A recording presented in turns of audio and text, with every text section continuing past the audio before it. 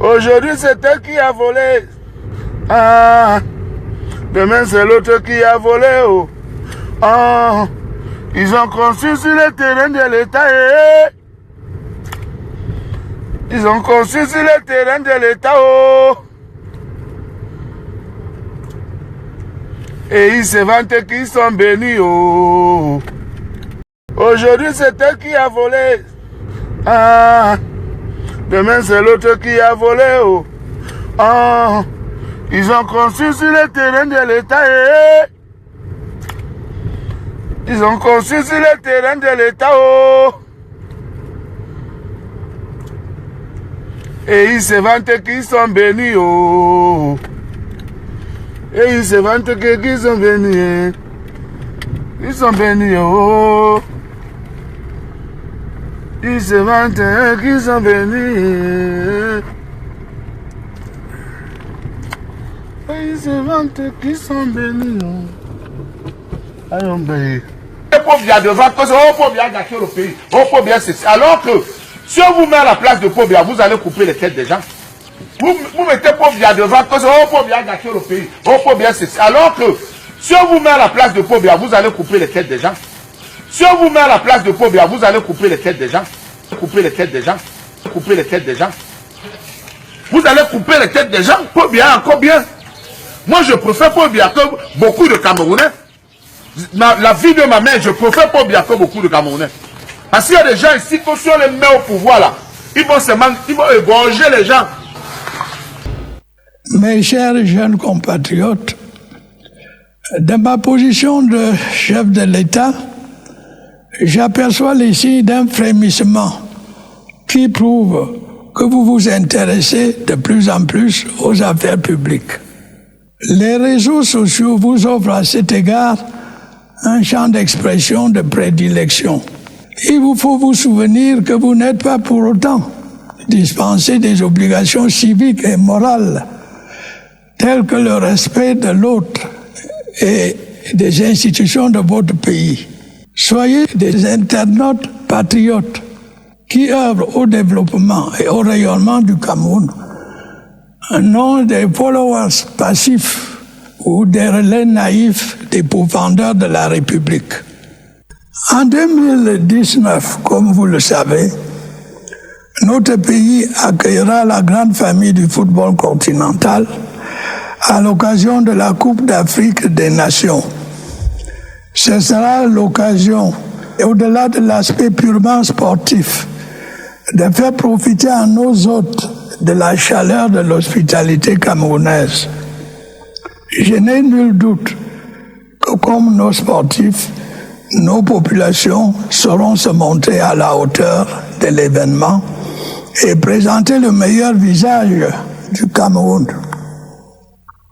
Notre pays sera prêt pour cette grande fête de l'amitié. J'en ai pris l'engagement.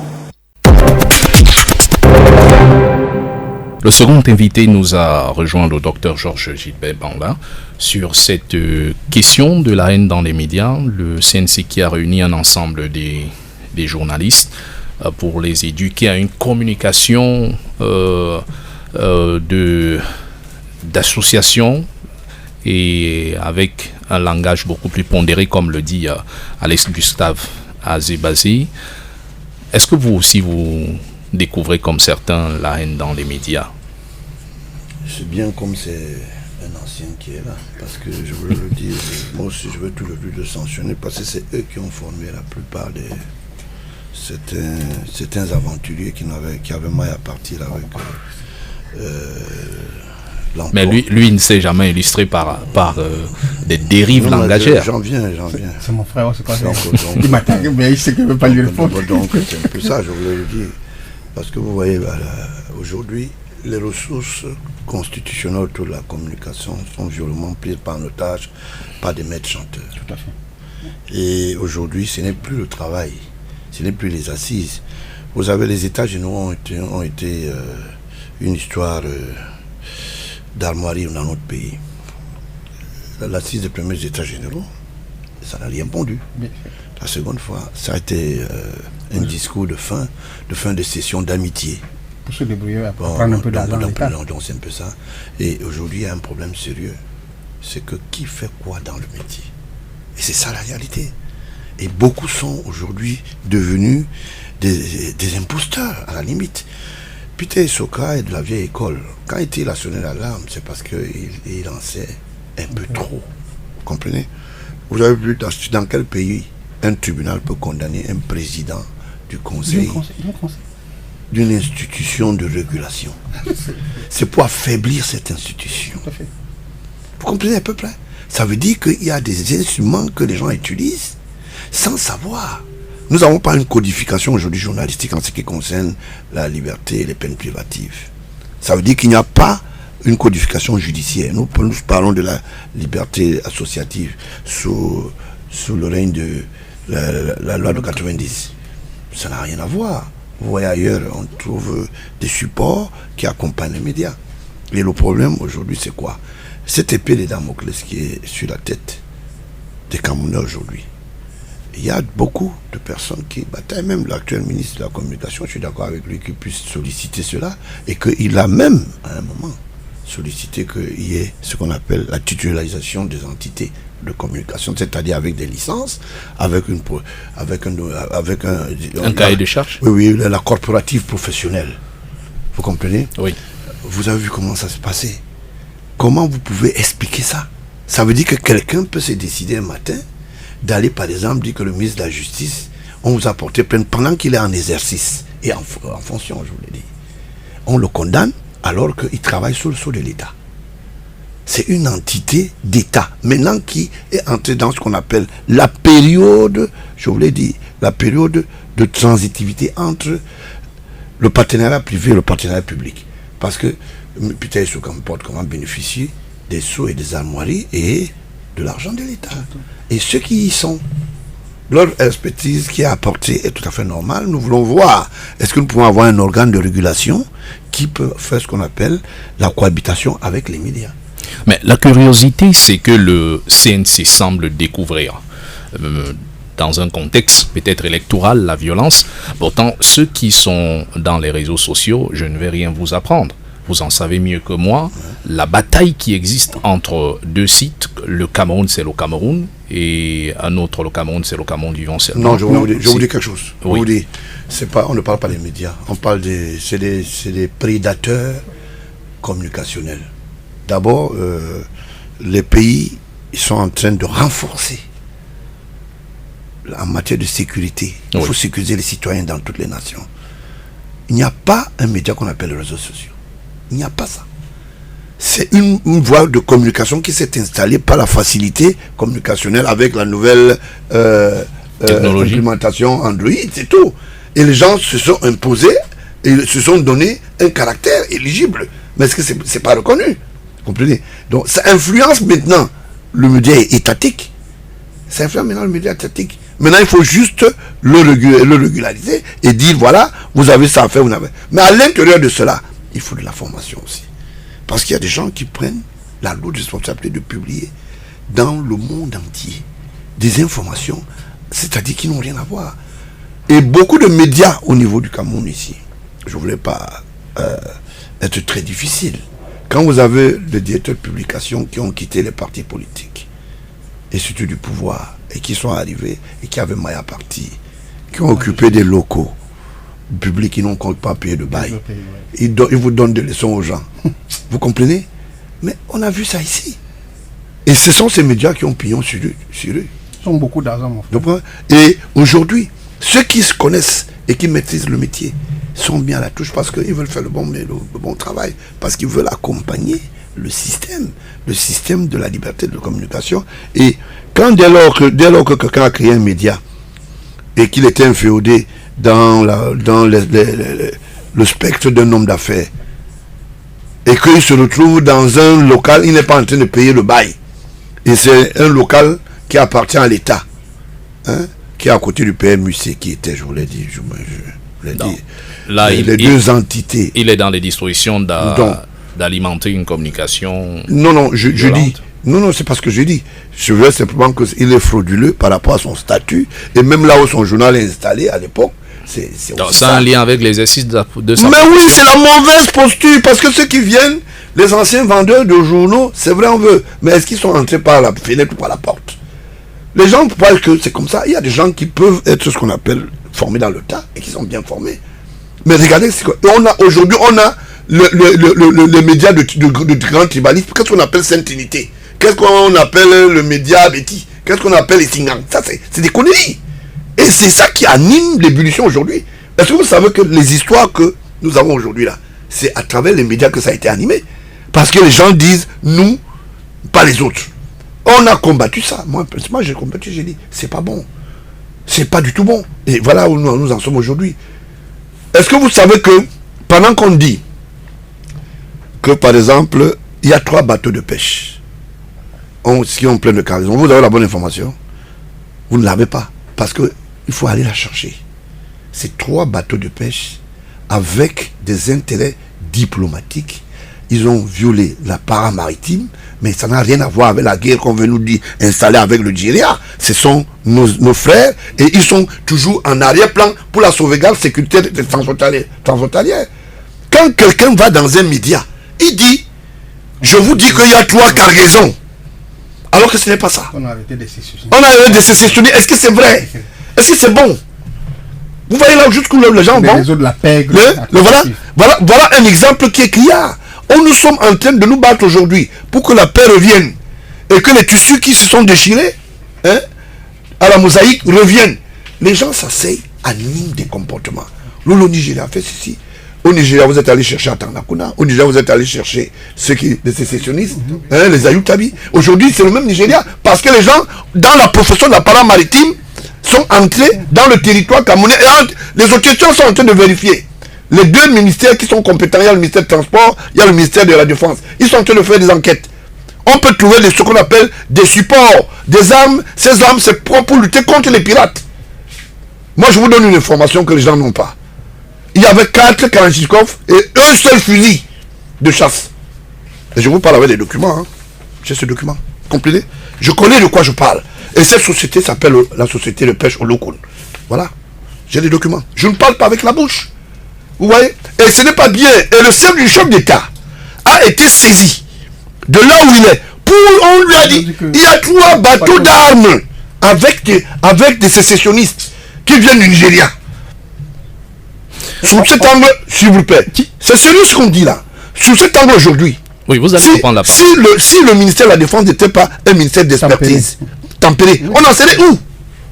Il attaquerait les... Vous comprenez? Il s'attaquerait. Or, nous avons assigné les accords de Bakassi pour rénover notre cahier de charge en ce qui concerne la préservation de la paix et la protection de nos frontières. Ça ne souffre d'aucune contestation. Le Nigeria et le Cameroun se portent au mieux. Mais on vous dit, voilà 3 bateaux de pêche. Je vous ai dit, c'est 4 Kalachnikov et un seul fusil de chasse. Vous avez compris? Il y a 43 personnes à l'intérieur de ce bateau. Il y a 36 qui sont reconnus comme des pêcheurs qui sont venus officiellement. Et ce n'est pas la première fois que cette société entre dans la paramaritim camerounaise. Maintenant qu'on trouve, laissez-moi parler. Pas vous devez tuer vous les jeunes. Vous allez reprendre la parole. Laissez-moi parler. Je suis en train de chuter. Oui, quand vous commencez à parler, c'est vous qui parlez de la bonne communication. On vous en parle, c'est que vous deviez faire vous. Pas du tout. Voilà. C'est à vous empêcher. Je suis sûr que même dans cette radio, les gens ont publié ça. Pas du tout. Je suis sûr. Nous ne sommes pas dans le sensationnalisme. Je dis... Allez-y pour que... Cameroun Tribune a fait un travail spectaculaire et professionnel. Ils se sont réservés, ils ont dit 3 bateaux de pêche interpellés. Voilà, c'est tout. Maintenant, c'est devenu une grossière affaire. Vous savez comment ça se passait? J'étais obligé de rendre compte directement au chef d'État aussi que c'est pas vrai. D'accord? Ce n'est pas normal. Voilà des comportements qui n'ont rien à voir. Pourquoi vous ne dites pas, par exemple, que l'actuel Premier ministre, le site de son village est devenu le repli des sécessionnistes? J'ai des documents dans mon téléphone. Vous avez compris? Donc, vous ne pouvez pas continuer à tronquer les informations. Là où on veut que vous vous dites la vérité, vous ne voulez pas.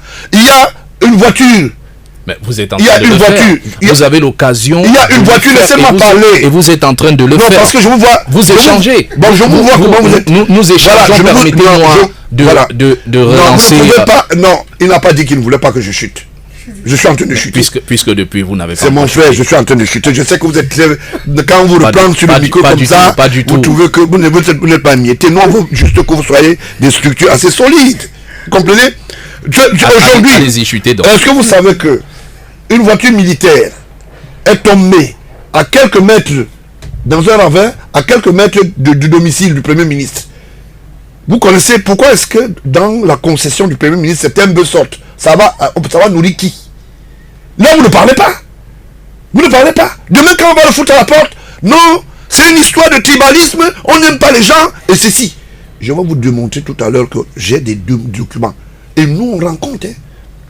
Voilà un problème que vous avez failli créer. Le chef d'État avait les cheveux dressés. Est-ce que vous savez que le chef d'État a appelé son collègue? Lorsque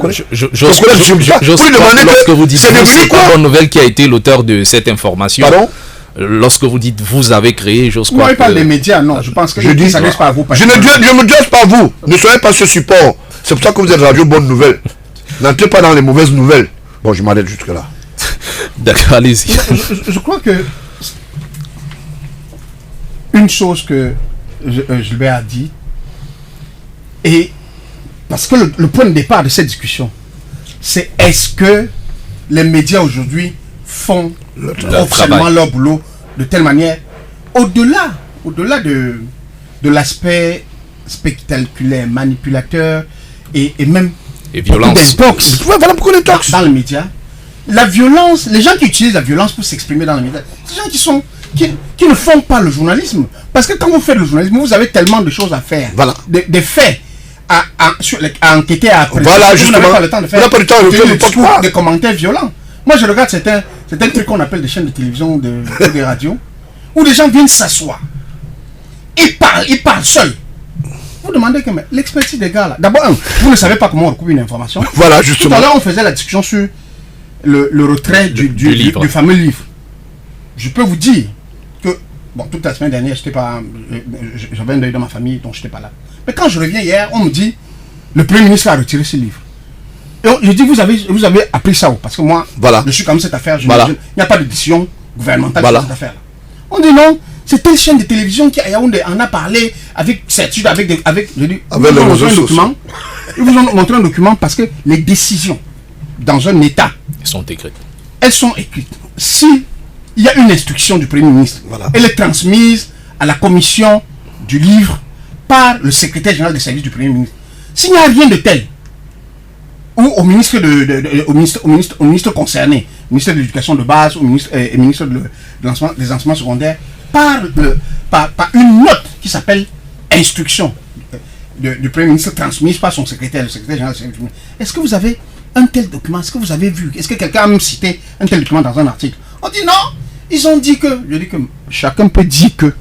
Mais ce n'est pas ça le journalisme. Quand on a fini de dire ça, tu vois, les mêmes vont s'asseoir devant la chaîne. On dit que oui, nous sommes influents, nous sommes forts. La preuve, nous avons parlé de telle chose. Le Premier ministre a retiré le livre du programme. Il n'y a aucune décision de ce type-là. Ce n'est pas parce que moi, Alex Azebasi, je veux que le livre soit retiré, que je vais annoncer que on a retiré un.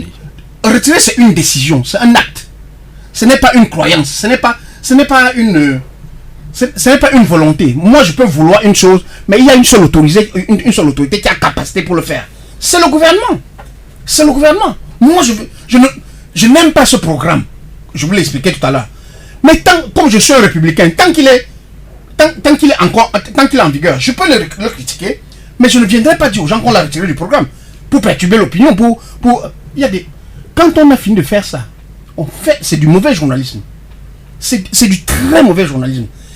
Et en période électorale, si vous allez dire sur un média que telle décision, ça s'appelle de l'intox. L'intox est productrice de violence. Pourquoi? Parce que ce que l'opinion attend des médias, quand une chose est dite par un journaliste, l'opinion y croit. Pourquoi? Parce qu'on pense que le journaliste a fait le travail de fact-checking, c'est-à-dire de vérification de recoupement, avant de publier. Moi, je ne viens jamais dans un média faire une déclaration sur la seule base, c'est une déclaration factuelle sur la seule base de ma croyance, si je n'ai pas d'éléments de preuve, si je n'ai pas discuté avec les responsables en charge de ce dossier-là, je ne viens pas en parler dans un média, ni dans un journal, que ce soit la radio, la télé ou la presse écrite, qui est ma base professionnelle. Donc, derrière les questions qui sont posées sur la violence et la haine, les gens qui alimentent la violence et la haine, c'est les personnes qui ne savent pas ce que c'est que le métier de journaliste. Parce que, du coup, ils laissent leurs antennes être prises d'assaut par monsieur tout le monde qui vient raconter ses croyances. Et il dit que, tu entends quelqu'un dire, Cabral, il est inexpérimenté. Oui, il est inexpérimenté, mais ça donne le droit de l'insulter, de parler de lui, de parler de sa femme à la télévision ou à la radio. Non, c'est pas bien. Kamto, tu n'aimes pas Kamto, ça te donne le droit de dire que si Kamto est président, ça veut dire qu'elle est Bamileke. Kamto est candidat. Moi, je suis Bamileke comme Kamto. Mais vous êtes sûr que je soutiens Kamto? Et même si je soutiens Kamto, je n'ai pas à venir le dire en tant que je suis journaliste à la télévision ou à la radio. C'est dans l'une que chacun sait qui il soutient, montre qui il soutient, surtout quand vous êtes journaliste. Et donc, ce n'est pas parce que vous avez un penchant idéologique pour tel que vous, quand on vous donne les médias, en tout cas, lorsque vous y travaillez, vous êtes en position professionnelle, que vous devez exprimer vos préférences politiques étant dans les médias. C'est contraire à toutes les normes et principes éthiques. Quand vous le faites, vous créez quoi?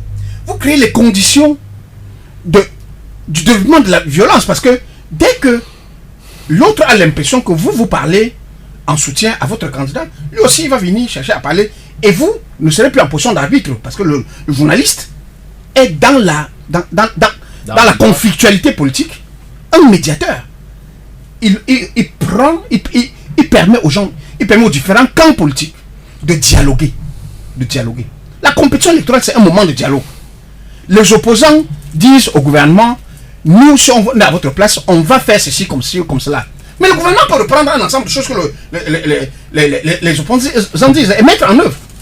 Mais nous, on ne va pas demander mais pourquoi le gouvernement met en œuvre telle proposition qui était dans le programme de Akere ou de Kamto ou je ne sais pas qui, ou de Cabral ou de Namdjea. C'est comme ça que la démocratie fonctionne. Mais nous ne devons jamais, mais je dis alors jamais, penser que la période électorale est une période d'opposition entre les camps d'opposition irréductible. Notre rôle, justement, c'est sur la base. Si jamais, beaucoup d'entre vous, si jamais vous avez même fait le travail préalable de recherche auprès de l'opinion, de leurs attentes, vous portez les attentes de l'opinion auprès des candidats pour les amener à adapter sans doute leur programme, leur projet, à ce que la population attend. Parce que, in fine, pour qui demande-t-on à être élu dans une démocratie? Mais c'est pour résoudre le problème des populations d'un pays. Le Cameroun a un ensemble de problèmes. Il y a le problème de sécurité aujourd'hui. Chacun a sa proposition. Mais personne ne doit présenter la proposition de l'autre en excitant à plus de violence encore. Parce que notre pays n'en a pas besoin. Nous n'en avons pas besoin. Très bien. Voilà. Voilà qui nous mène justement en politique. Et on parle de ce livre pour un libéralisme communautaire de cadres du RDPC qui ont été invités. Messanga qui a été empêché, qui sera là probablement la semaine prochaine. Également Luther Meka qui jusqu'au dernier moment a été empêché. Donc nous parlons de ce livre du président Paul Biya pour un libéralisme communautaire qui est remis au goût du jour, et ça fait une mobilisation de tous les instants. Plusieurs ministres, près d'une dizaine, à la présentation de cet ouvrage. Alors la critique la plus récurrente, c'est que on prend du vieux pour faire du neuf. Ça c'est pour la critique, mais pour ceux qui soutiennent ce livre et qui sont les fervents soutiens du président de la République, c'est dire que c'est le fond de sa pensée qui est plus que jamais d'actualité. Qu'est-ce que vous en pensez? Est-ce que vous avez déjà eu c'est vrai que vous n'êtes pas membre du RDPC, mais président d'un tout autre parti. Est-ce que pour un libéralisme communautaire, est-ce que c'est encore d'actualité en 2018? Je voulais là-haut dire que tout à l'heure, mon frère Basé, je voulais lui dire, il y a des sujets que vous ne devez pas mettre comme thématique. Ça, c'est les commentaires du quartier. Ça ne sert à rien. On débat sur quoi? Quelqu'un a réédité. Et on fait, il y a combien de temps? on revient encore dans un débat de mobilisme, de machin, tout ça. Il y a d'autres choses à traiter. On peut même traiter même des problèmes, même d'avocats, même de plantains. Parce que ça, c'est le RDPC. Non. C'est le candidat non, écoutez, que vous soutenez. Je vais vous dire quelque chose. L'effet contraire de ça, c'est la publicité que vous faites. Voilà. Moi, je suis un homme expérimenté, je sais ce que je dis. Je suis du métier, je sais ce que je dis. D'accord? Mais c'est l'actualité. C'est quoi? Enfin, nous faisons l'actualité, pas de publicité. Combien de candidats ont publié les livres cette semaine? Pourquoi vous n'en parlez pas? Parce que l'auteur n'est pas un candidat, Okay. n'est pas un Camerounais. D'accord, ok, très bien. Je voulais faire ça. Je voulais donner un avis propre. C'est la réhabilitation morale et le renforcement des militants du RDPC à travers leur icône. Parce qu'en fait, il a écrit un livre et il s'est fait préfacer. Maintenant, on a besoin de réhabiliter, de réarmer les militants dans leur rang, c'est tout. Vous voulez que je vienne vous dire, j'ai lu ça au moins 50 fois. Ça m'a permis de comprendre les en dessous, les deux. Et j'ai toujours cité ici que le livre de chevet de M. Biya n'a jamais été respecté par la plupart de ses collaborateurs. À l'intérieur, il y avait un programme politique, économique, social. Il y a eu, je vous l'ai dit. Mais personne n'a respecté ça. Quand il a parlé... Alors pourquoi on ramène ça, on nous ramène ça? Mais c'est pour la réhabilitation. Ça veut dire que ceux qui auront la chance, je ne voulais pas vous donner ce que vous me tirez le verre du nez, pour vous dire, la première des choses, au cas où M. Biya est revenu comme président de la République, le peuple lui demande le changement radical de son gouvernement. On n'a pas besoin de... Ça ne se négocie pas.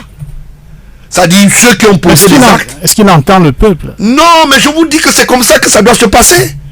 La deuxième chose, pour votre bonne gouverne, moi je donne alors une information, parce que je l'endosse. Ça n'engage pas, par exemple, le président de la République, il a par exemple Bamida. Vous êtes au courant de ça? Avant l'élection? Je vous demande pas, je vous dis. Ne cherchez pas à faire des fixations. C'est une déclaration qui nous engage. Que moi. Oui, ben elle n'est pas officielle. Je donc, vous dis ça. Oui.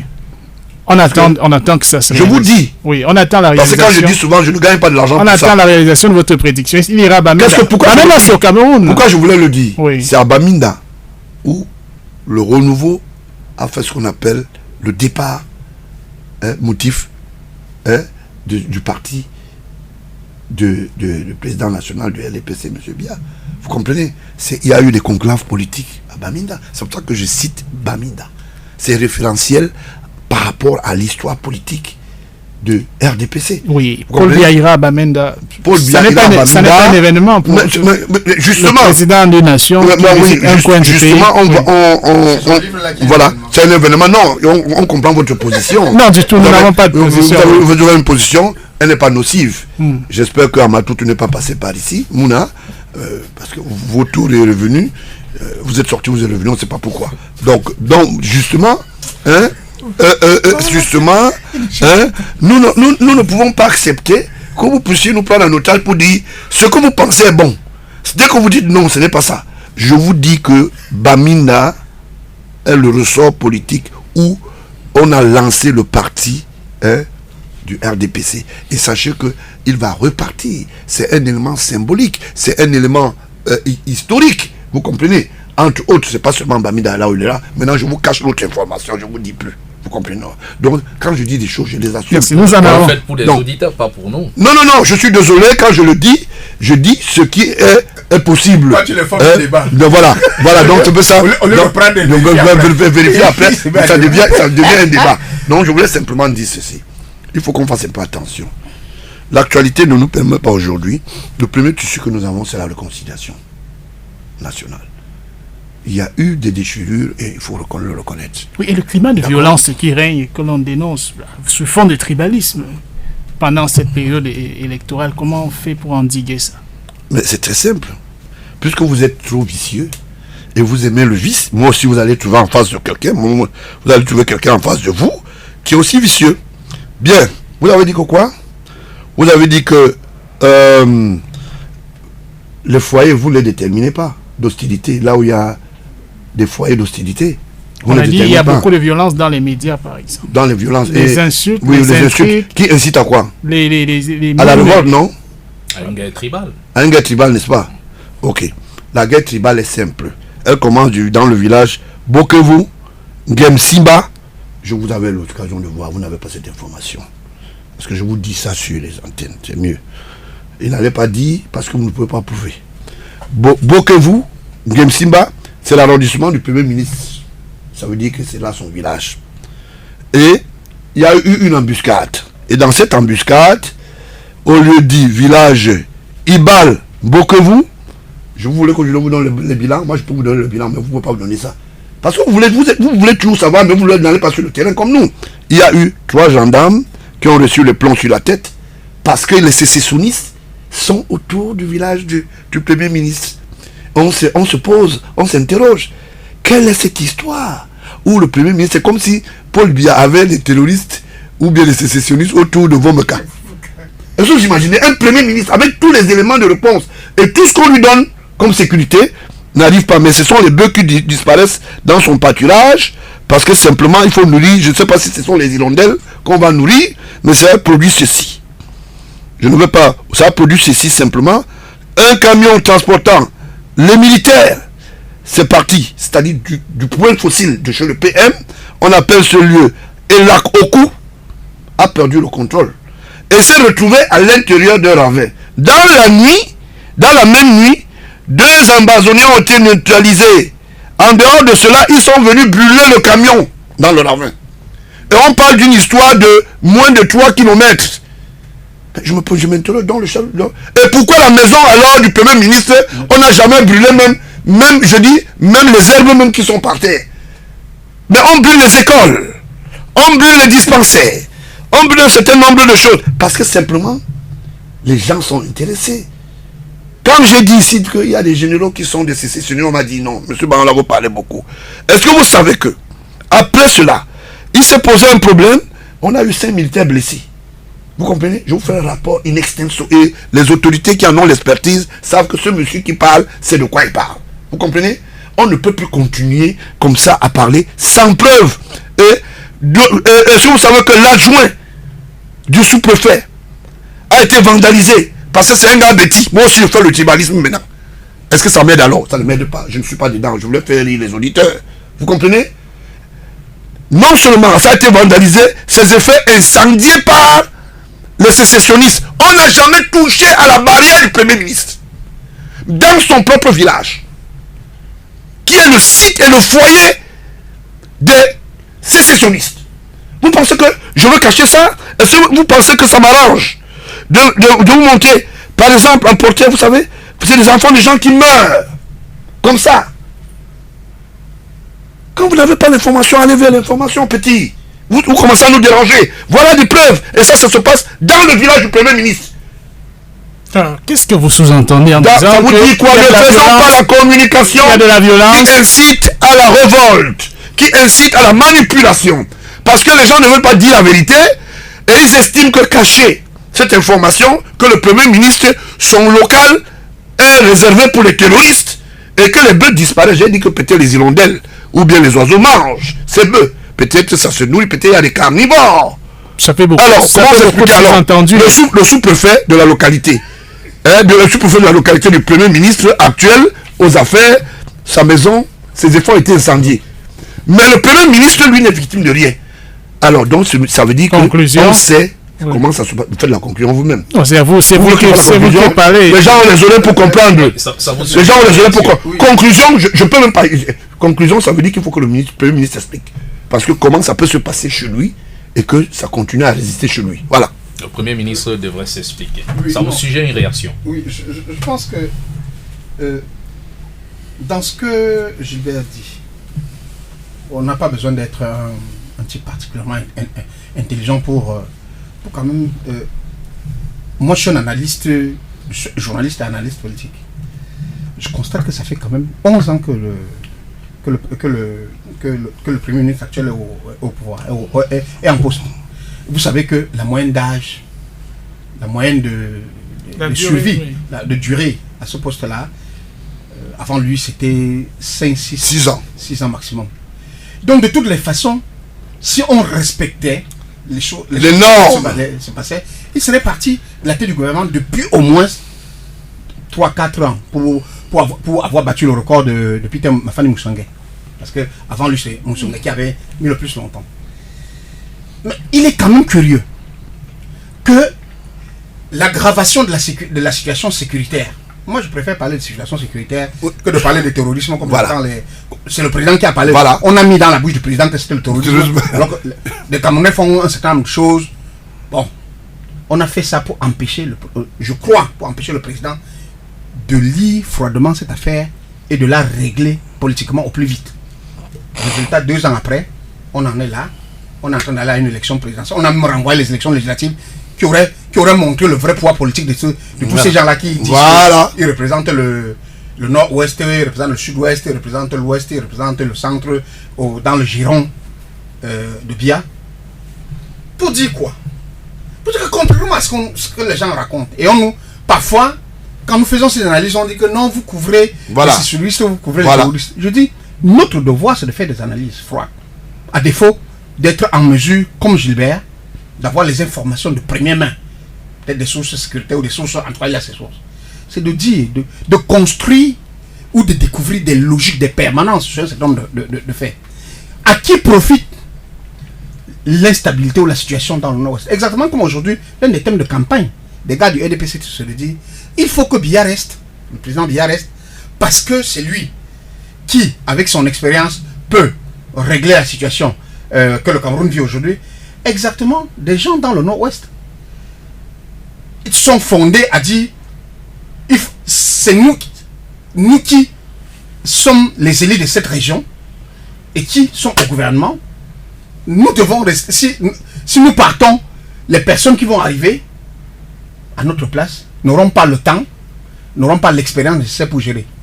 Donc plus les crises pareilles durent, plus ça sert ceux qui sont en place. Et on se pose la question, qui nourrit cette crise? Qui la nourrit? On dit c'est la diaspora et tout ça. La diaspora dont on parle, elle a quel moyen? Vous croyez que c'est avec l'argent? Justement, effectivement, on fait c'est ça. Justement, les gens animent le comportement. Non, il y a l'argent qui vient par Orange Money, qui vient par machin. Vous pensez que une telle guerre qui est installée peut être financée par quoi? 2 ans, bon, vous comprenez?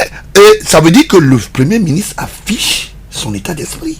Donc, moi je vais dire quoi? Moi je fais partie de ceux qui j'ai des amis avec lesquels on discute. Certains sont dans la sécurité. Je leur dis, je n'écris plus sur la crise anglophone pour une raison. Je ne peux pas écrire pour faire des analyses auxquelles je ne crois pas.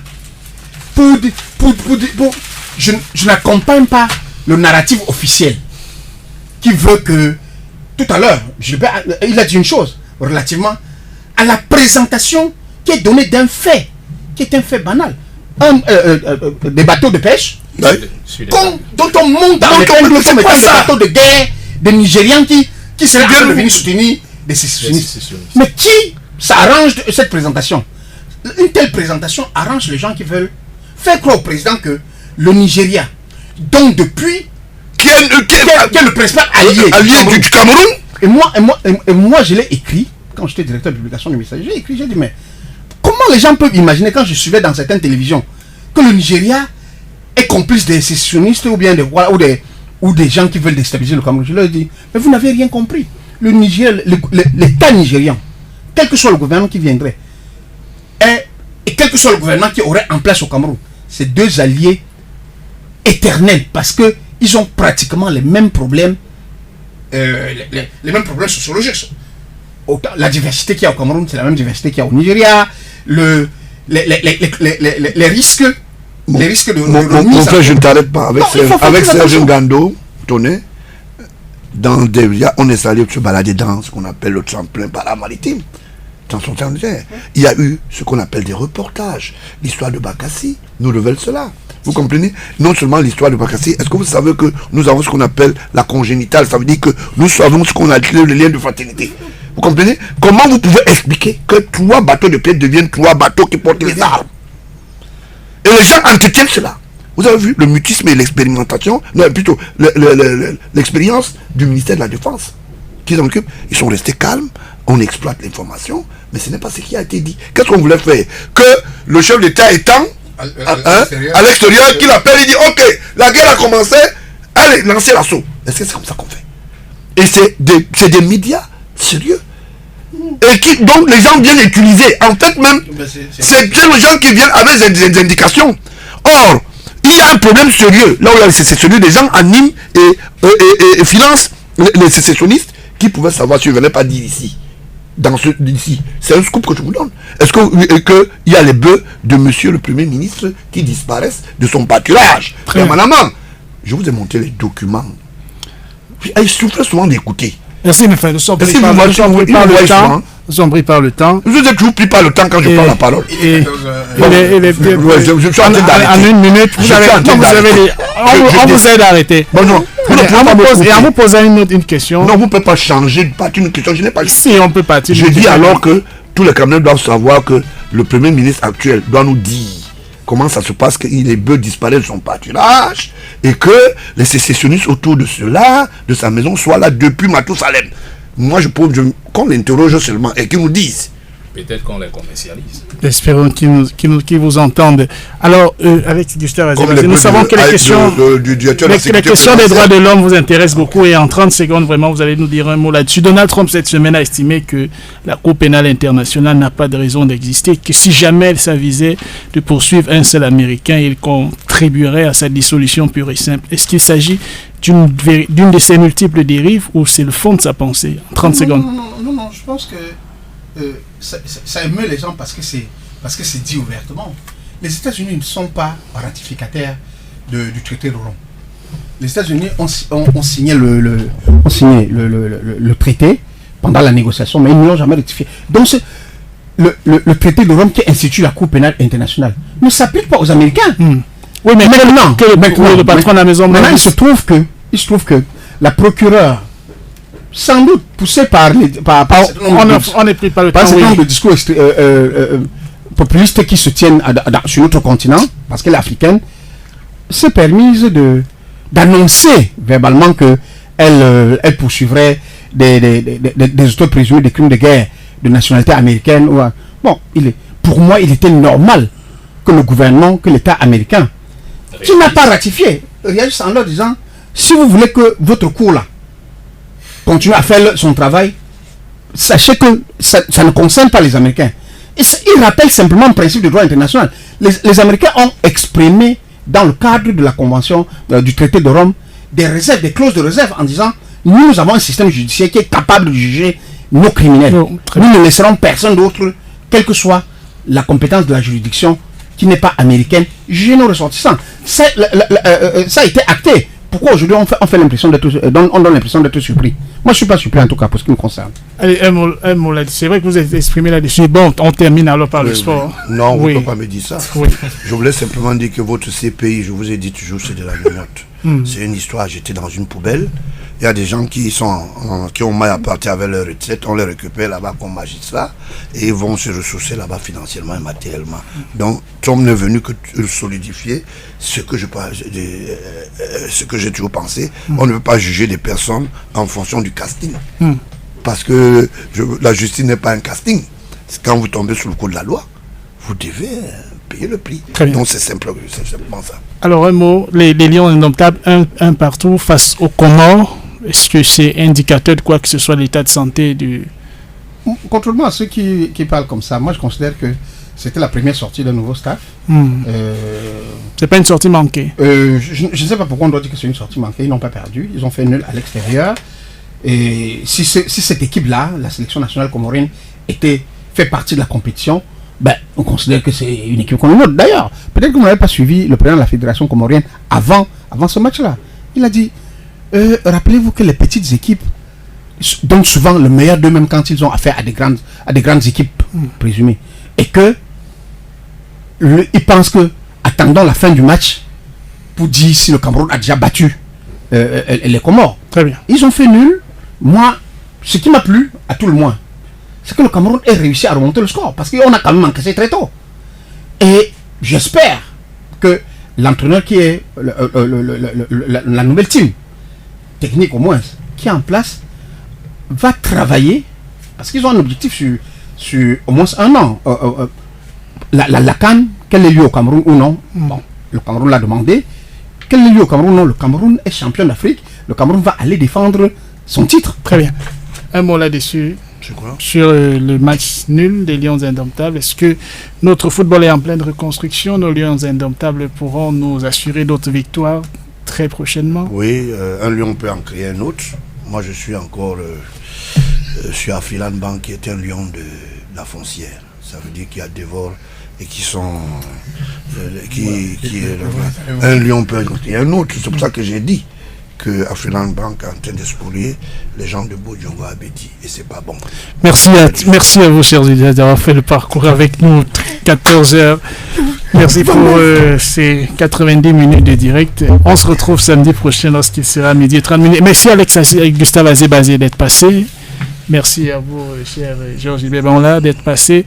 Je présente les excuses de nos invités qui n'ont pas vraiment pu être là. Raison de campagne électorale oblige Messanga Niamdik et Luther Meka, qu'on aura très prochainement dans le cadre de l'élection présidentielle. Et nous vous annonçons également le scoop sera des nôtres dans les prochaines semaines, probablement en semaine. Merci. En tout cas, on se retrouve samedi prochain, midi 30. Très bonne suite de programme à tous. À très bientôt.